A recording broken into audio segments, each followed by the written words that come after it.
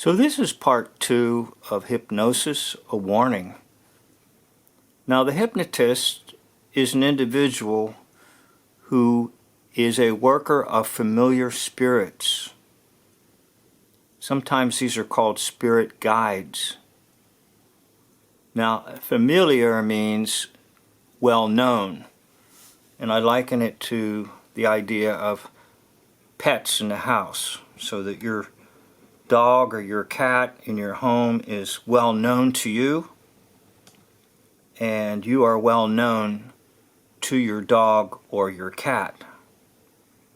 In the Latin language, in the world of the Romans, the familians were household servants. So it's like the individual has servants in his household or his house, which is his body, soul and spirit, and those servants obey him, just as if when you throw a stick and your dog is well trained and you say go fetch, and the dog gets the stick and brings it back to you. So these familiar spirits or household servants or pets reside within the hypnotist. And the hypnotist will send them out to accomplish what he or she wants to be accomplished in the subject. So they are cast out of or from and then into the subject or subjects. So the subject, the one being hypnotized, opens the door of his or her mind to these spirits. Now there are cases where an individual refuses to open the door, or open the mind, and usually in a hypnotist demonstration they will ask that person to sit down. Sometimes they're half and half. Half of it works and half of it doesn't. But for the most part, people subject themselves to this and they want it to happen. So it's like opening the door to these wild spirits. Now, there are numerous scriptures to be read, and I'm going to read only the ones from Leviticus, but I will recite their scriptures to you, their locations, so that you can look them up. Leviticus 19:31, Isaiah 8:19, Isaiah 19:3, Leviticus 26, Leviticus 20:27, 1 Samuel 28, verses 3 to 25, 2 Kings 21, verse 6, and 1 Chronicles 10:13. So I'm going to go back to the Leviticus references and read them to you. Leviticus 19:31.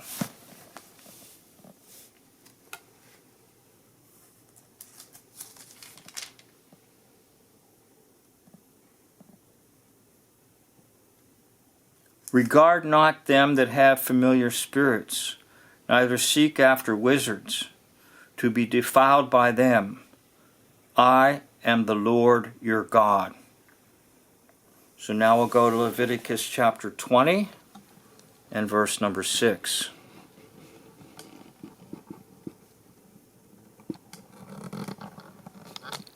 Leviticus 20 and verse 6. The soul that turneth after such familiar spirits and after wizards, to go after whoring, I will even set my face against that soul, and will cut him off from among his people. Leviticus 20, verse 27. A man also or a woman that hath familiar spirit, or that is a wizard, shall surely be put to death. They shall stone them with stones, and their blood shall be upon them. Now there's extensive references to this in the Old Testament. And we do find witchcraft present in the New Testament as well. And that's what it is, by the way. Hypnotism is just the exercising of the powers of witchcraft.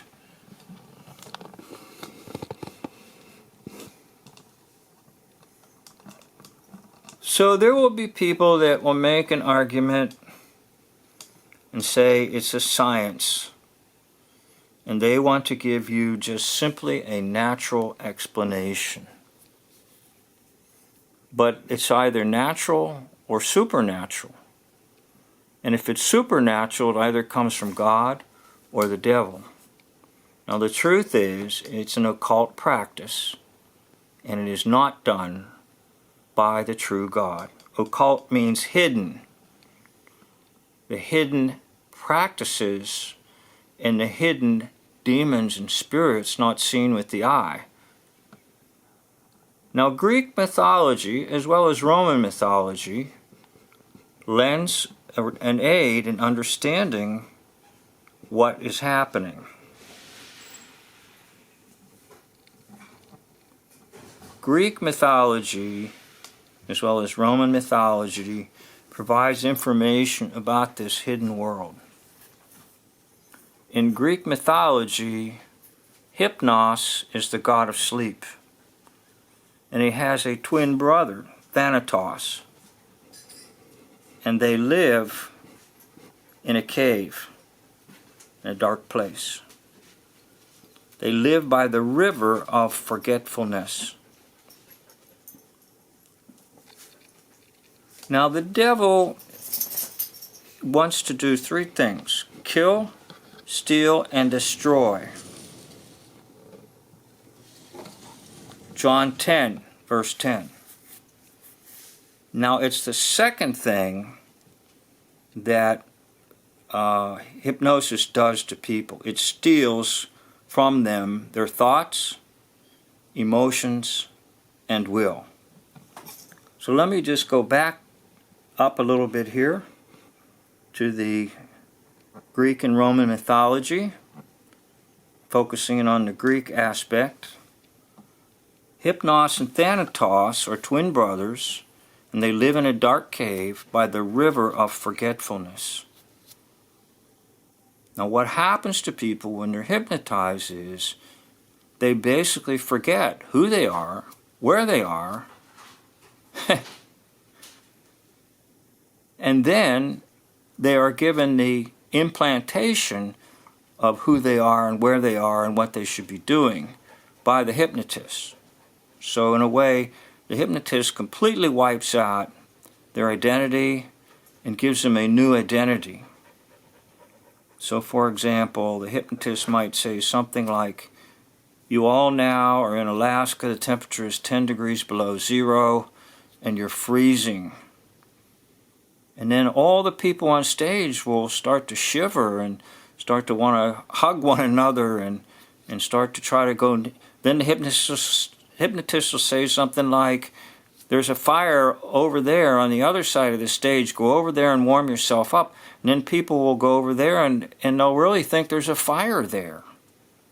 Now this is not nonsense, and this is not play acting. This is true, because these demons do this work. They cause people to forget who they are, where they are, and what they need to be doing. And they substitute a false reality.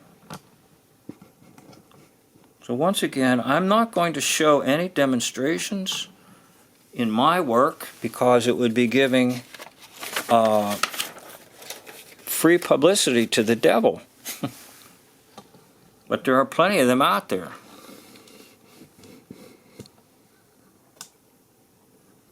And some of them are, believe it or not, in places like a beach, where people go to the beach to swim, and there's a hypnotist running around and saying, "Would you like to be hypnotized?" Then they capture it on film. So the hypnotist, through words and gestures, enters the portals or the gates of the subject. That would be the ears and the eyes. So back in olden days, the hypnotist was stereotyped with a pocket watch and moving it back and forth. But it doesn't have to be a pocket watch. It can be anything. Now they used the words, and the old words were something like, "You are now getting sleepy." But many, many hypnotists can forego these old stereotypical means of entering the portals of people's minds and do all kinds of things. In fact, some of them can actually almost bypass them completely and just snap their finger. Now, a lot of folks today are going to say something like, "Oh, it's just the power of suggestion."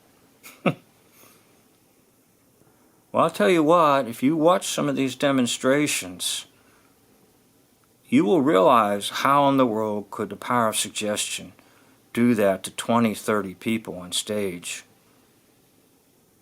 So, in all honesty, you've got to go to the next possible explanation, which is supernatural. There are evil spirits at work. So let's talk a little bit about what are called hypnotic suggestions. And I'm going to substitute the word there, command. They are not suggestions, they are commands.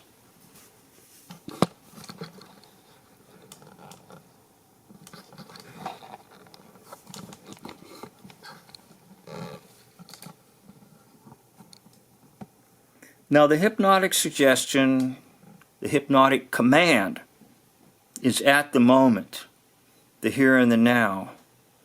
Then there are what are called post-hypnotic, and that is later in time. And one of the fantastic movies that you can watch is called The Manchurian Candidate. Now it was made originally, I think, in the early 60s. And then there was a remake. And it's a really interesting movie to watch. But it has to do with this idea of post-hypnotic suggestions. I won't spoil the movie for you if you want to watch it.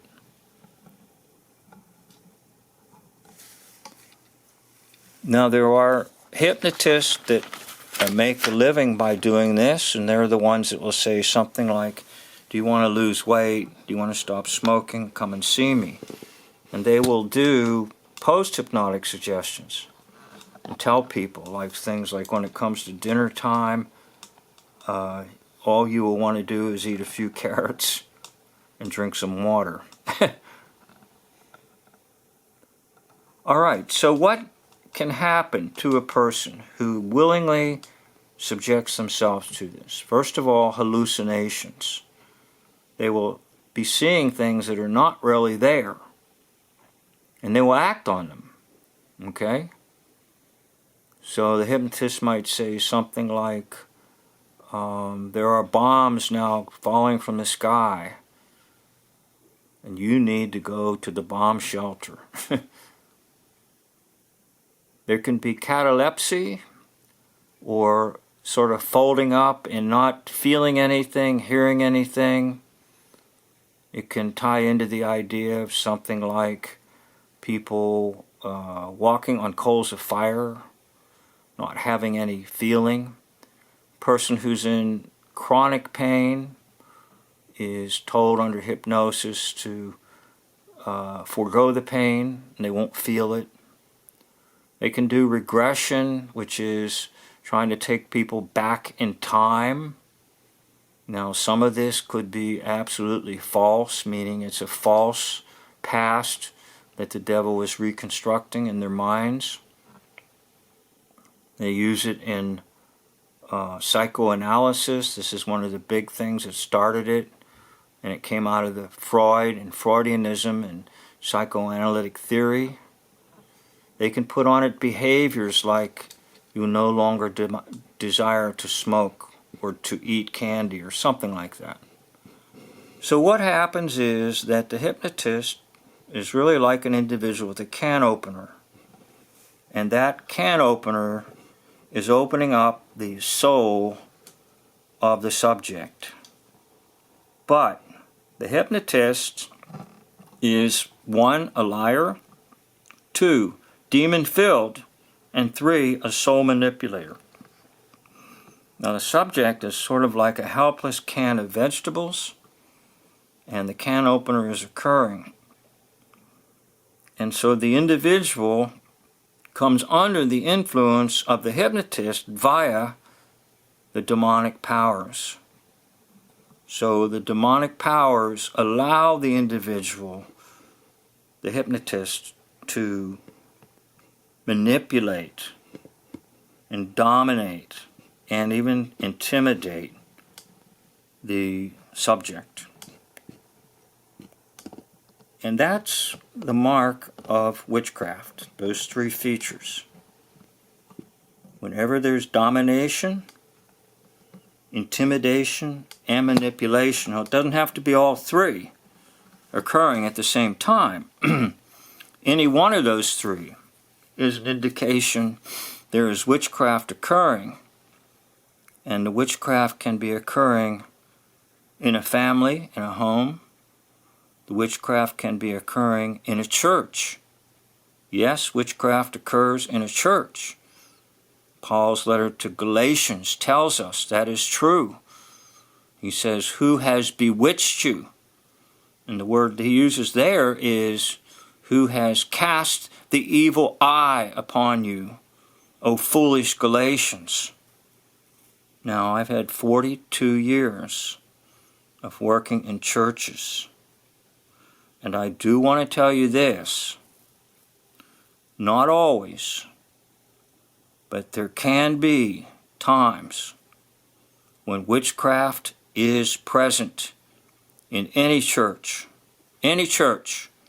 I don't care what church, I don't care how well you want to testify and say, "Oh no, not this church," because the devil wants in there. The devil wants in any church. Now, I've encountered it, I've dealt with it, I've been persecuted because of it, I've been lied about because of it, but I have experienced it over my time in 42 years. It doesn't mean every member of every church is using witchcraft. It doesn't mean that every church I've served in has been a terrible place. All I'm saying is there are individuals who understand this and who use it to their advantage, even in the life of a church. Now, in the next video, I'll talk a little bit about fighting this, undoing this, and keeping yourself free from all of this. So I'd like to end this video and say thank you for watching. I will make a part 3 to wrap this series up. End of video.